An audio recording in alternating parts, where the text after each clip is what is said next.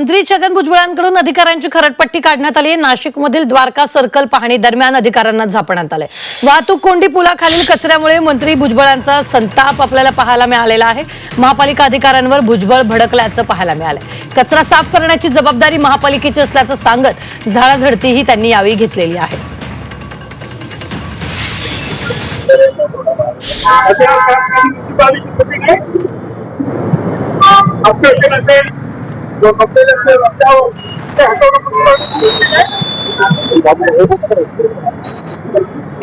अभी काय माहिती तुमच्याकडे? हे माहित आहे की माझ्याकडे मला खोटी पेंटिंग वाटायची मला प्रत्येक पावटी आणि पोलिसांचं होम पण सांभाळलाय मुख्यमंत्री पण सांभाळतो। 1-1.5 वर्षापासून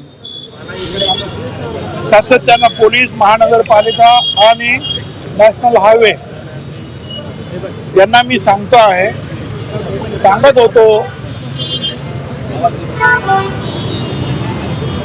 ते तुमचे जे आहे हे सर्कल तुम्ही काढून टाका, परंतु